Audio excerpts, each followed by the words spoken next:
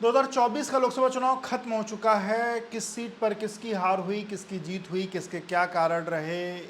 ये हम आपको अलग अलग वीडियोस में बताने की कोशिश कर रहे हैं। और इस वीडियो में जिस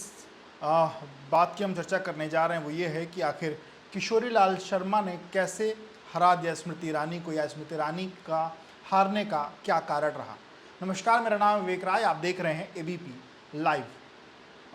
अमेठी वो सीट जो लंबे समय से हॉट सीट है, कांग्रेस पार्टी का ये गढ़ रहा है। पर 2014 के बाद से ये सीट अलग से लाइमलाइट में तब आई जब इस सीट पर बीजेपी ने अपनी पूरी ताकत डालते हुए और इस सीट से राहुल गांधी को हराने की कोशिश की। हालांकि 2014 के चुनाव में स्मृति ईरानी चुनाव लड़के राहुल गांधी से हार गई, पर वो वहाँ डटी रही। और 2019 के चुनाव में स्मृति ईरानी की मेहनत रंग लाई और उन्होंने राहुल गांधी को चुनाव में हरा दिया। उसके बाद राहुल गांधी पलट के अमेठी नहीं गए, ऐसा बीजेपी लगातार आरोप लगाती रही। और 2024 का जब चुनाव आया तो बीजेपी ने एक बार फिर से स्मृति ईरानी को वहां से प्रत्याशी बनाया, पर कांग्रेस पार्टी ने लास्ट तक अपना प्रत्याशी नहीं उतारा, जिसको लेकर अलग अलग उहापोह की स्थिति बनी हुई थी। और स्मृति ईरानी ये बात कहती थी कि राहुल गांधी डर कर भाग गए हैं, क्योंकि राहुल गांधी वायनाड से भी चुनाव लड़ रहे थे। पर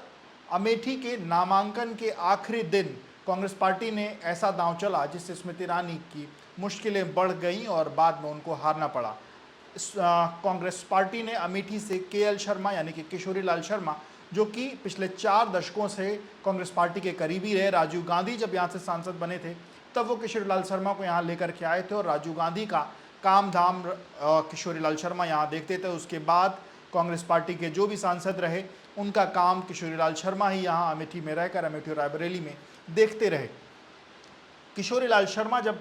यहाँ पर प्रत्याशी बने और उसके बाद मात्र 15 से 20 दिन बाद वोटिंग हुई और इसमें 1,67,000 के करीब वोटों से किशोरी लाल शर्मा ने स्मृति ईरानी को हरा दिया। स्मृति ईरानी के हारने के क्या कारण रहे, इसको लेकर हमने अमेठी के अलग अलग पत्रकारों से बातचीत की है। अमेठी के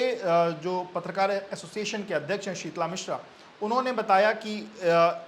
एक तो सबसे बड़ा जो कारण जो जिन जिन सीटों पर कांग्रेस पार्टी या गठबंधन की जीत हुई है उसमें उन 5 न्याय गारंटियों को तो लिया ही जा सकता है, जिसका कोई काट बीजेपी नहीं दे पाई। इसके अलावा कई ऐसे लोकल कारण भी रहे जिसके कारण स्मृति ईरानी वहाँ चुनाव हार गई। और उसमें लोकल कारण सबसे बड़ा ये रहा कि स्मृति ईरानी के आने के बाद जो पुराने नेता थे उनकी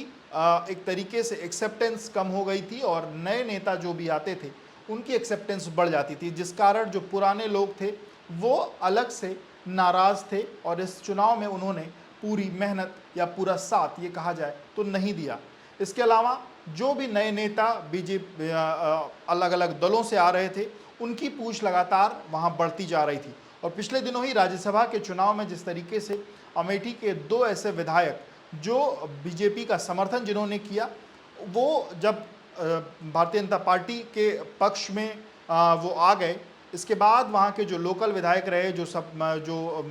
बीजेपी के पुराने विधायक रहे या फिर जो बीजेपी के उस विधानसभाओं के जो कार्यकर्ता हैं, उनके बीच में इस बात का असंतोष हो गया कि अब इन्हीं लोगों को कोई भी चीज़ होगी तो इनको आगे बढ़ाया जाएगा और उनकी उतनी पूछ नहीं हो पाएगी। इस कारण जो पुराने बीजेपी के नेता थे वो भी कहीं ना कहीं नाराज़ होकर के अपने घरों में बैठ गए और इस चुनाव में जिस तरीके से कैंपेन करना चाहिए था वो भी कैंपेन नहीं हुआ। यूँ कहा जाए कि जिस तरीके से पूरा एक बीजेपी पूरा पुरजोर कोशिश करती थी वो कहीं ना कहीं इस चुनाव में नहीं दिखी। इसके अलावा एक जो और कारण इसमें चीज़ों में जुड़ता है कि जो संजय सिंह, जिन्होंने 2022 का चुनाव भी वहाँ से लड़ा था, काफ़ी सीनियर नेता हैं, वो जब चुनाव यहाँ से हारे तो वो अपने चुनाव हारने का कारण बीजेपी के कुछ इन्हीं स्मृति के पक्ष के लोगों को मानते हैं और इसके कारण वो वहाँ नाराज़ भी रहते थे।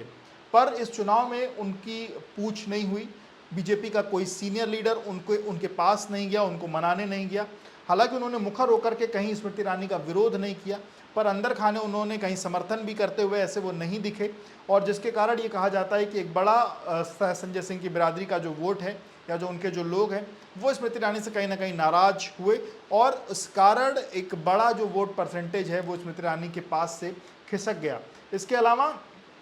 कई इस तरीके के छोटे बड़े कारण हैं और एक और कारण इसमें जुड़ता है, स्मृति ईरानी के जो सहयोगी रहे वहाँ उन्होंने हर एक लोकल मैटर में, हर एक लोकल जो विषय थे उसमें अपना जो हस्तक्षेप है वो करना शुरू कर दिया। और इसमें कहीं ना कहीं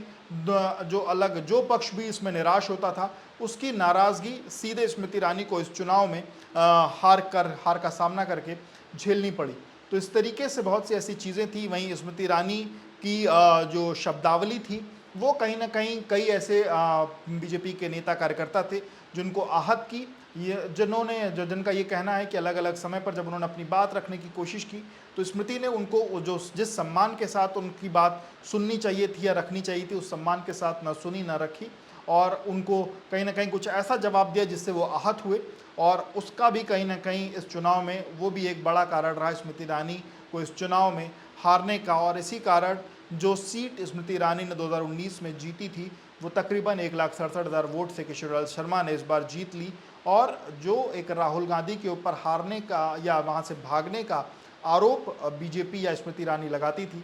उसमें कहीं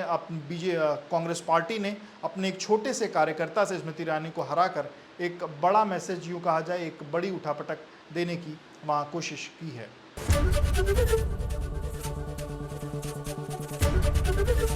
एबीपी गंगा, खबर आपकी, जुबान आपकी।